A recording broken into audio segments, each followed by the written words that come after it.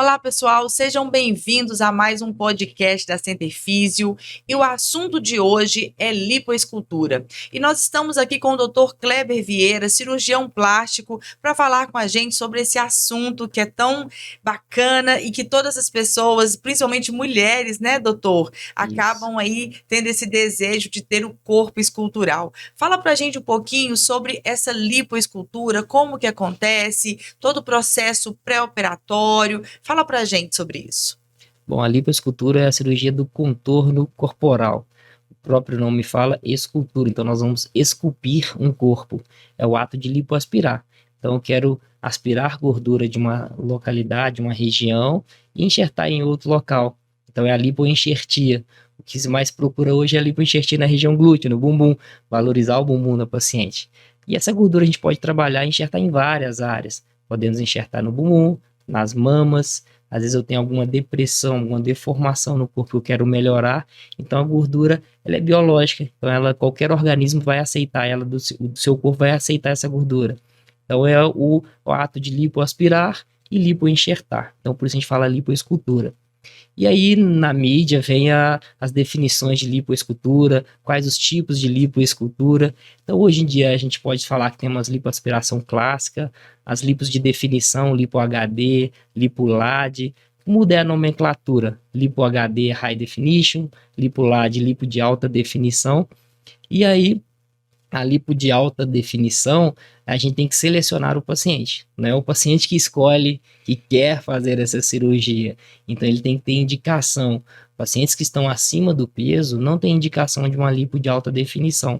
Ele precisa que estar com peso, um índice de massa corporal dentro do limite de normalidade para que a gente consiga entregar resultado. O paciente acima, o resultado será pobre, o paciente ficará insatisfeito com isso. Então a gente tem que se preparar para esse tipo de cirurgia. Então a lipoaspiração, ela não é para perder peso, ela é para entregar definição para o paciente. Então muitos chegam lá querendo resolver a vida com a lipoaspiração e não é bem assim. Vamos nos preparar para realizar esse tipo de procedimento. Hoje a lipoescultura, principalmente no público feminino, a gente consegue associar muito junto com a abdominoplastia, uma cirurgia no qual eu trato o contorno corporal e trato também o excesso de pele. Então, aquela mãezinha ali que já engravidou uma, duas ou até três vezes, tá com excesso de pele e brinca muito lá no consultório que, doutor, cheguei com uma pochete aqui, elas mesmas falam, quero que você trate essa pochete. Então, a gente vai associar, são as cirurgias combinadas, a lipoaspiração associada à abdominoplastia, para entregar sempre um contorno corporal mais harmônico, um contorno corporal mais aceitável para cada paciente. E essa gordurinha, doutor, ela não é absorvida pelo corpo? Ela permanece lá praticamente intacta? Como que é? Então, a lipoaspiração, ela vem se modernizando. Então, a gente vai utilizando cada vez mais técnicas mais apuradas. Então, hoje a gente tem a vibrolipoaspiração, um aparelho do qual eu consigo tirar a gordura sem traumatizar tanto ela. E logo em seguida a gente vai trabalhar essa gordura e enxertar novamente. Então, tem sim uma certa perda. A gente estima aí em torno de 30% do que a gente enxertou, ele vai perder, ele vai reduzir. Então, já com esse cálculo na cabeça, a gente coloca para mais.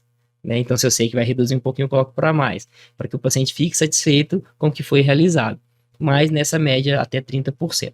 Uma vez que o enxerto já se integrou, uma vez que essa gordura já se integrou ao tecido, se o paciente engorda, o bumbum ele vai engordar também. Se o paciente emagrece, o bumbum vai perder um pouquinho também. Então, se o paciente mantém o peso dele, o resultado vai ser de eterno. Tá bom? E o pós-operatório, doutor? Como que funciona? É um tempo muito prolongado, porque é uma cirurgia bastante complexa, né? Sim. Quando a gente fala o contorno corporal, se eu falo só a lipoaspiração, os pacientes às vezes até assustam, porque a recuperação é muito rápida. O paciente volta às atividades diárias com muito mais praticidade. Às vezes o paciente que trabalha ali no seu escritório, sentado, na segunda semana eu já libero para voltar às Gente, mas é muito atividades. rápido. Aquele paciente que procurou para uma lipo de alta definição, é um paciente que gosta de academia e ele quer voltar rápido. Então, com 2 semanas eu já libero ele, já está apto para voltar para a atividade. A lipoaspiração não tem cortes, são pequenas incisões, então eu consigo deixar esse paciente voltar mais rápido. Mas, quando eu falo lipoaspiração associada à abdominoplastia, aí sim, já tem cortes e aí requer mais cuidado. Então, é um paciente que eu peço pelo menos um mês, 45 dias para voltar para uma academia. Mas para voltar às atividades diárias, 2, 3 semanas ele já consegue voltar. Doutor, e quando fica com aquele umbiguinho triste, né? Vocês tomam esse cuidado também para o umbigo ficar ali, um umbigo bem próximo, né, do normal?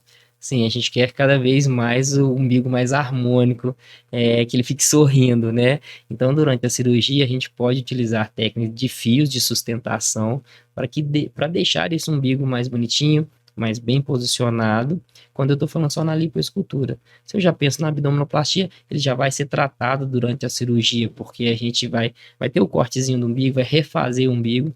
As mulheres têm muito medo, principalmente aquelas que já fizeram abdominoplastias décadas atrás, que não tem um umbigo tão bonito, vamos dizer assim, porque hoje em dia a gente consegue entregar sempre resultado muito bonito de umbilicoplastia, a cirurgia do umbigo ali. Então são umbigos vão ficar cada vez menores, bonitos, bem proporcional ao tamanho do corpo, ao tamanho do quadril da paciente. E atividade física, doutor? Você orienta que essas mulheres, elas tenham um emagrecimento antes da cirurgia, que façam atividade física? Quais são as orientações que você traz para essas mulheres que desejam fazer essa lipoescultura? Então, a lipoescultura, às vezes o paciente já chega no consultório e fala, doutor, vai ser o gatilho para eu começar uma atividade física depois dessa cirurgia. Mas o gatilho tem que ser acionado antes. Eu peço aos meus pacientes para já começar as atividades físicas antes, mudar o hábito de vida, melhorar a alimentação e a prática de atividade física. Se ele consegue um tempo de, vamos colocar aí 3 meses antes da cirurgia, já mudou a chavinha, eu consigo entregar um resultado bonito. Ele vai voltar para as atividades físicas depois e vai manter o resultado por muito tempo. Porque é importante ele dar continuidade ao processo, né? Se ele não vira a chave, faz a cirurgia e volta aos hábitos alimentares que tinham antes, ao sedentarismo, ele acaba perdendo a cirurgia, né?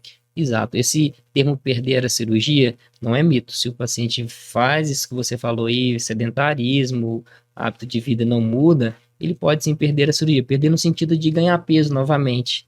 E a gente entra em outro tema, a mulher que faz uma abdominoplastia e engravida no pós-operatório. Pós-operatório não imediato, mas depois de um tempinho aí. Doutor, perco a minha cirurgia sem engravidar? Não, não perde a cirurgia.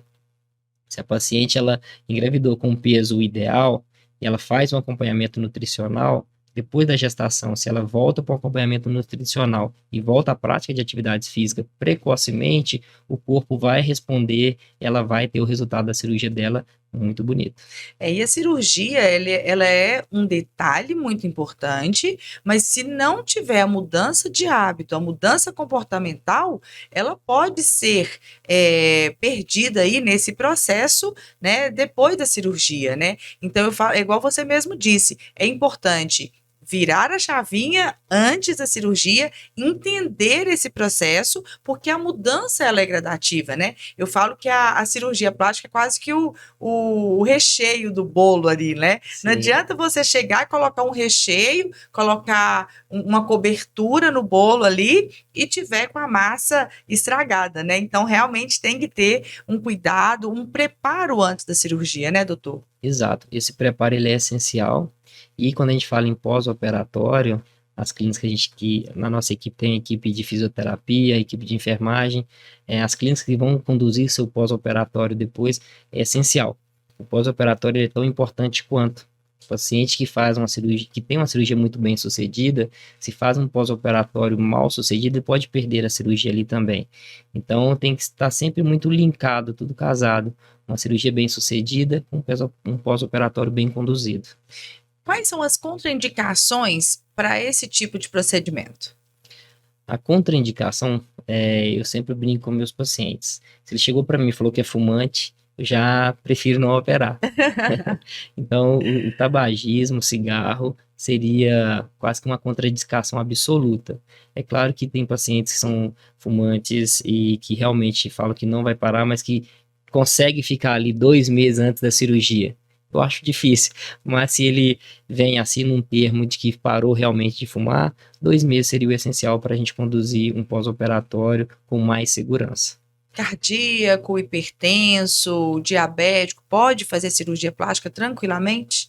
a gente sempre pede o risco cirúrgico, avaliação com o cardiologista. Se ele estiver bem controlado, um paciente que é diabético, um paciente que é que tem algum problema cardíaco, o cardiopata geralmente é um paciente mais grave. Então, tem que realmente fazer uma investigação cardiovascular para saber se ele pode submeter a esse tipo de cirurgia. Mas toda patologia controlada não é contraindicação de cirurgia. Pelo que a gente vem conhecendo, né, pelo que eu estou percebendo, não é simplesmente chegar e fazer a cirurgia, né, doutor? Tem todo um processo investigativo que antecede a cirurgia, né? Exato, a gente tem que se preparar. Às vezes o paciente pensa só em se preparar financeiramente. Não, o financeiro é uma parte do todo. Então o paciente tem que se preparar em infraestrutura, tem que se preparar emocionalmente, ele tem que se preparar fisicamente. Fisicamente vai pensar na dieta, que a gente já comentou aqui, vamos pensar na atividade física. Emocionalmente, ele tem que saber que o pós-operatório de uma cirurgia plástica não é só flores, ele vai ter que ter o tempinho dele ali quietinho, repouso, e tem que se preparar financeiramente também. Como o nosso público é muito de mães, às vezes as mães têm quem ajuda na casa, tem uma funcionária para ficar com seu filho, tem um marido que fica em casa para poder ajudar, os maridos têm e devem ajudar as mulheres. Tem que participar do processo, né? Então, o paciente é uma mistura mesmo, tem que linkar tudo isso para que o resultado cirúrgico também seja muito bem executado. Você está falando da lipoescultura, né? Realmente esculpir. Envolve aí a mastopexia, abdominoplastia, envolve tudo isso, ou é apenas essa retirada de gordura de um local e passagem, né, dessa gordura para outro? Então, essa gordura a gente pode sim, qualquer parte do corpo. A gente pode enxertar, fazer o preenchimento labial durante essa cirurgia. Pegou a gordurinha, pode enxertar no lado Sai também. uma Gisele Bündchen de lá, né? Pode enxertar no rosto, pode melhorar, harmonizar o rosto com a gordura. Olha só, É o melhor preenchedor, é a gordura. Então, no mercado tem aí a harmonização facial, o pessoal usa muito o ácido o ácido hialurônico, né? Preenchedor, mas a gordura é um dos melhores. Né? Então a gente pode do próprio corpo, e é né? do próprio corpo. Vai ter uma absorção? Vai, mas os outros produtos também vão ser absorvidos. Então a gordura é tudo de bom, eu gosto muito. E já tem aquela perda, né, que você falou que tem uns 30% de perda, né, já coloca um pouquinho a mais. No dia vai ficar um pouco estranho, né, doutor? Mas depois vai se ajustando, o próprio corpo vai entendendo ali que tem algo ali que, apesar de ser diferente, é da própria estrutura corporal, né, e vai harmonizando, né? Exato. O paciente às vezes sai da cirurgia e assusta com o tamanho. Nossa, ficou muito além do que eu imaginava. Ok, depois que ela acostuma com aquilo ali e começa o processo de desinchar, o paciente começa, o processo inflamatório vai passando, ela já, ô doutor, tá desinchando demais, eu quero que volte. Mas é isso, a gordura, eu sou apaixonado com a lipoescultura, então é a lipoaspiração associada ao enxerto de gordura. Eu sou suspeito de falar. É suspeito de falar, né, doutor? Agora é importante também, porque a gente tem alguns pacientes, né, que têm uma fibrose aí, pacientes que já têm tendências, né, à fibrose. Você tem uma equipe multidisciplinar que auxilia nesse processo? Sim, lá na clínica, no Instituto Mineiro de Cirurgia Plástica, referência em cirurgia plástica de contorno corporal, temos toda essa equipe para fazer esse acompanhamento do pós-operatório, para evitar o risco da fibrose. Ela existe, né? Então, a partir do momento que a gente identificou, o tratamento tem que ser intensivo em cima desse paciente.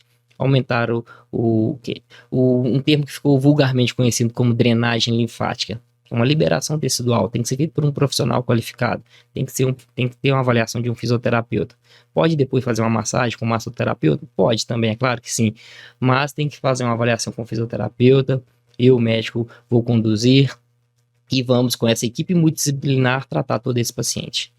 Muito bacana. E tem a questão psicológica também, né? Exato.